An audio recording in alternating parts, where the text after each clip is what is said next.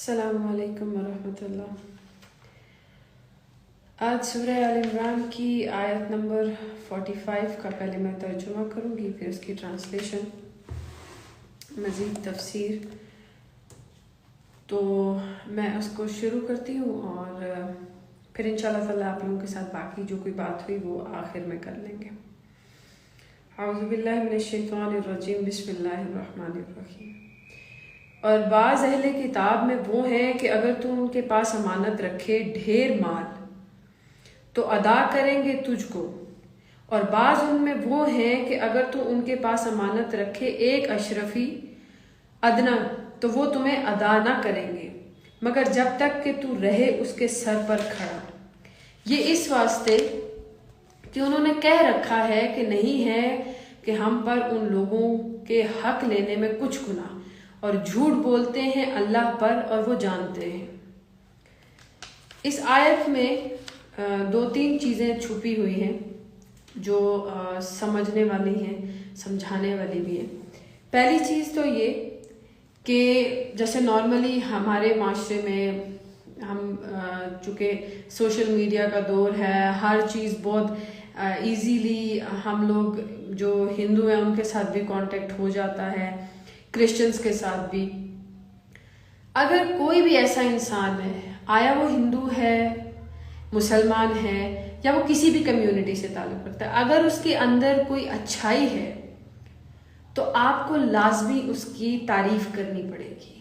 اب آپ دیکھیں کہ یہ معیار اللہ نے چنا ہے کہ ایک طرف اللہ کافروں کو ہمیشہ جہنم کا وعدہ کرتا ہے قرآن میں کہ اگر کفر کیا تو ہر صورت جہنم میں جاؤ گے اور ہمیشہ جہنم میں رہو گے۔ دوسری طرف اللہ تعالیٰ کیا کہہ رہے ہیں کہ کچھ اہل کتاب ایسے ہیں کہ ان کی ایک خوبی کے سارے دانے خراب نہیں ہیں۔ کچھ اہل کتاب جیسے کہ تورات میں، زبور میں، انجیل میں یہی چیزیں پہلے بھی آئی تھیں، بہت تھوڑے ڈیفرنسز تھے، پر ان میں بھی سب اچھا ہی ڈسکس ہوا تھا، اچھی چیزیں ہی اللہ نے اتاری تھی۔ تو جو پیور یہودی ہے یا پیور نصرانی ہے اور وہ اوریجنل جو اوتھینٹک بک ہے اس کو فالو کر رہا ہے، اللہ کے احکام چینج نہیں کر رہا، تو اس کا مطلب ہے کہ وہ ایک اچھا انسان ہے، تب تک جب تک اسلام نہیں آیا تھا، اسلام کو فالو نہیں کیا تھا۔ اب ایسے اہل کتاب جن کے بارے میں یہ چیز آ گئی کہ انہوں نے ان کے پاس اگر آپ امانتیں رکھیں تو وہ ایز اٹ از، آپ اگر ان کے پاس مطلب ڈھیر مال بھی امانت رکھو تو وہ ایز اٹ از آپ کو واپس کریں گے۔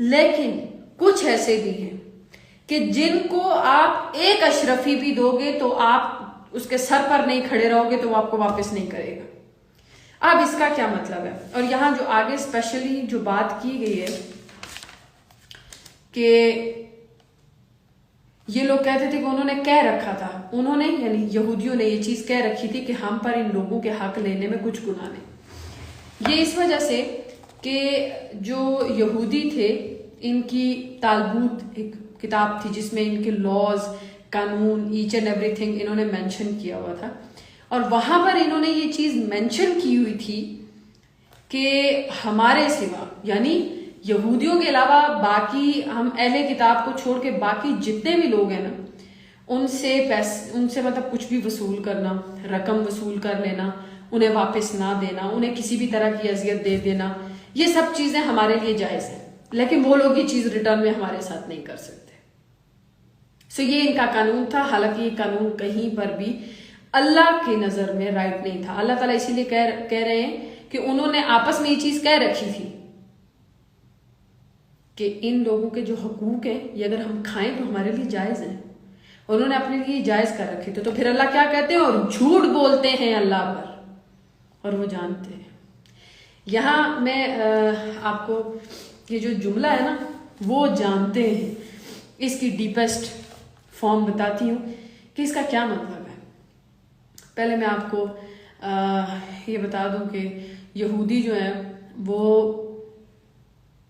باقی تمام قوموں سے جھوٹ بولنا حلال سمجھتے ہیں، باقیوں کو تکلیف پہنچانا حلال سمجھتے ہیں، حالانکہ ایسا جو ہے وہ اسلام میں کسی اینگل سے بھی جائز نہیں ہے۔ پہلے میں یہ کلیئر کر دوں کہ اس مبارک آیت میں ہمارے لیے کیا سبق ہے۔ ہمارے لیے اس آیت میں یہ چیز ہے، پہلی چیز یہ کہ آپ کسی کے اندر بھی کوئی اچھائی دیکھیں تو اس کو تھوڑا سا پریز کر دیا کریں۔ اس میں ہماری قوم کے لوگ بڑے کنجوس ہیں۔ فار ایگزامپل کوئی اچھا پکا لیتا ہے، کوئی اچھا پڑھتا ہے، کوئی ایماندار ہے، کوئی صفائی پسند ہے، تو جس کے اندر جو خوبی دیکھیں اس کو تھوڑا سا پریز کریں کہ وہ اور زیادہ اس کے اندر ابھرے۔ آپ کسی کو کہہ دیں نا ایک دفعہ کہ مطلب کسی کو کسی بھی، آپ کسی بچے کو فار ایگزامپل جس بچے کو بچپن سے یہ کہا جائے نا پڑھتا بہت اچھا ہے، بہت اچھا پڑھتا ہے، وہ نہیں بھی پڑھتا ہوگا نا اس کو لگے گا میں بہت اچھا پڑھ رہا ہوں، اور وہ جب اس چیز کو اپنے مائنڈ میں لے آئے گا کہ میں بہت اچھا پڑھتا ہوں، خود بخود ول پاور پیدا ہوتی ہے اور کام پہلے سے زیادہ اور نکھرنے لگ جاتا ہے۔ لیکن کیونکہ اللہ تعالیٰ نے ایک سائیکولوجیکل پورا ایک تھیم بنایا ہے دماغ میں، وہ کیسے چیزوں کو ایکسیپٹ کرتا ہے، کیسے بندہ فیل کرتا ہے، جو جو چیزیں ہوتی ہیں، بٹ الفاظ کا بہت گہرا اثر ہوتا ہے دماغ پر۔ سو اس چیز کو آپ لوگ ایک طرح سے ہم یہ چیز رکھ سکتے ہیں کہ ہم اپنے الفاظ کو ہمیشہ چن کر اچھا اور تعریفیہ انداز لوگوں کے لیے رکھیں۔ کوئی اچھائی کرے تو اس کی اچھائی کو سراہ دیں، کوئی اچھا کام کر دے ہمارے لیے تو اس کے لیے دعا کر دیں اس کے چہرے پر، اس کے سامنے، تاکہ اس انسان کے اندر اس پازیٹیوٹی کے آثار مزید پیدا ہوں، مزید انرجی فیل ہو اس کو۔ سیکنڈ تھنگ جو یہاں پر میں آپ کو بتا دوں کہ ابھی ہم یہودیوں کا یا ان کے ساتھ تو ہم رہ نہیں رہے، ہم تو ایک الگ سٹیٹ ہے،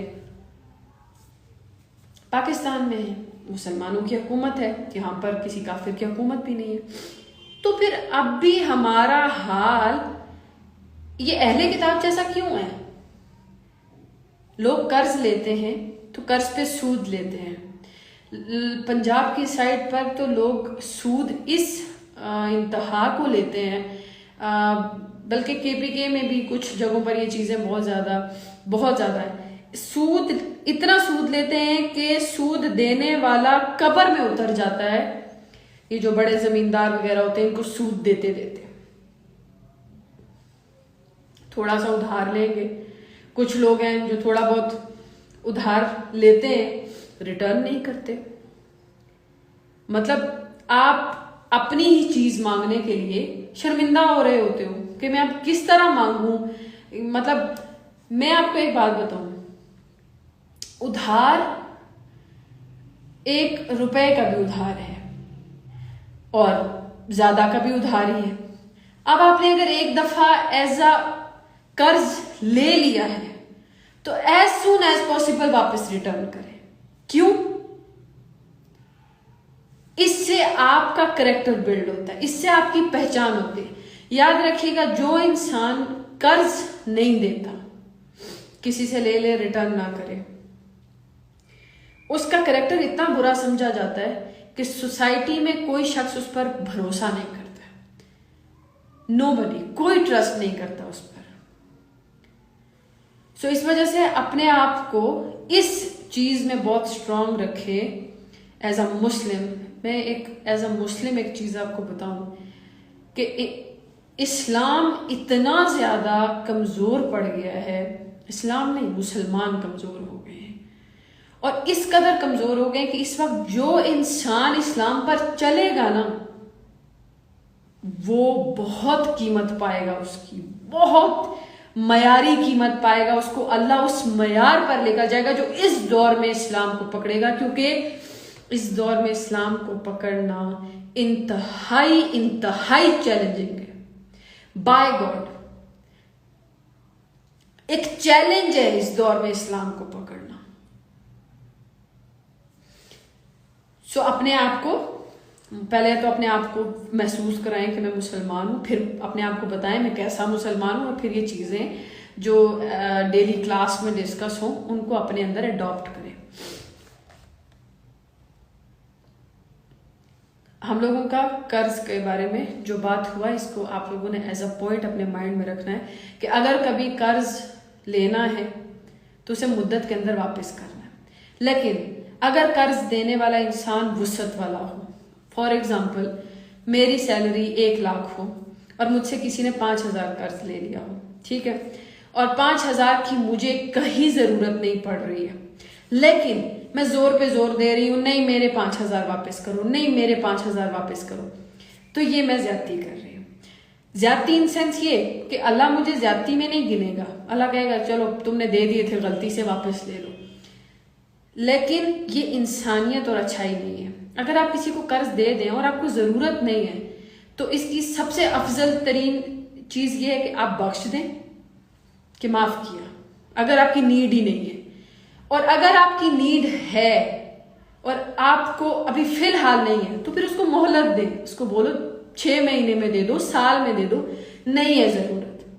اس طریقے سے یہ پہلا پہلو جو ہے وہ ایک قانون ہے، اور جو دوسرا پہلو میں نے آپ کو بتایا ہے یہ اخلاق ہے، اور ہم اخلاق نہیں چھوڑ سکتے. اللہ اکبر کبیرہ. یہ جو آخر میں اللہ تعالیٰ نے کہا ہے کہ جھوٹ بولتے ہیں اللہ پر اور وہ جانتے ہیں. جاننے کا مطلب یہ ہے کہ آج کے دور میں جو عورت بے پردہ ہے، جو مرد بے حیائی کرتے ہیں، جو عورتیں بے حیائی کرتے ہیں، جہاں جہاں ہم اسلام کو پیٹھ دکھاتے ہیں ہم جانتے ہوتے ہیں، ہمیں معلوم ہوتا ہے کہ ہم غلط ہیں لیکن مانتے نہیں ہیں. کسی محفل میں اگر ہمیں پکڑ کے پوچھ لیا جائے نا کہ آیا یہ کیوں کر رہے ہو تو ہم جواب نہیں دے پائیں گے، لیکن ہم جانتے ہیں اندر سے سب کچھ ہے، ہمیں پتہ ہے. اسی طرح یہودی نصرانی وہ جو کچھ بھی کر رہے ہیں آج تک وہ جانتے ہیں کہ وہ غلط کر رہے ہیں، وہ یہ جانتے ہیں کہ وہ اللہ کے ساتھ ٹکر لے رہے ہیں پر پھر بھی لے رہے ہیں. کیوں؟ کیونکہ انسان کی فطرت میں ہٹ دھرمی ہے. جب انسان کو اللہ تعالیٰ ہدایت کی روشنی سے محروم کر دے تو انسان سے بڑا جانور کوئی بھی نہیں ہوتا، انسان سے بڑا جاہل کوئی نہیں ہوتا. آئی ہوپ آپ لوگوں کو یہاں تک یہ بات سمجھ میں آ گئی ہوگی، اور اس میں جو پوائنٹ تھا وہ بھی آپ لوگ اپنی زندگی میں اپنائیں گے انشاءاللہ تعالیٰ. یہاں سے آگے کل پرسوں آگے انشاءاللہ تعالیٰ اس کو کنٹینیو کریں گے.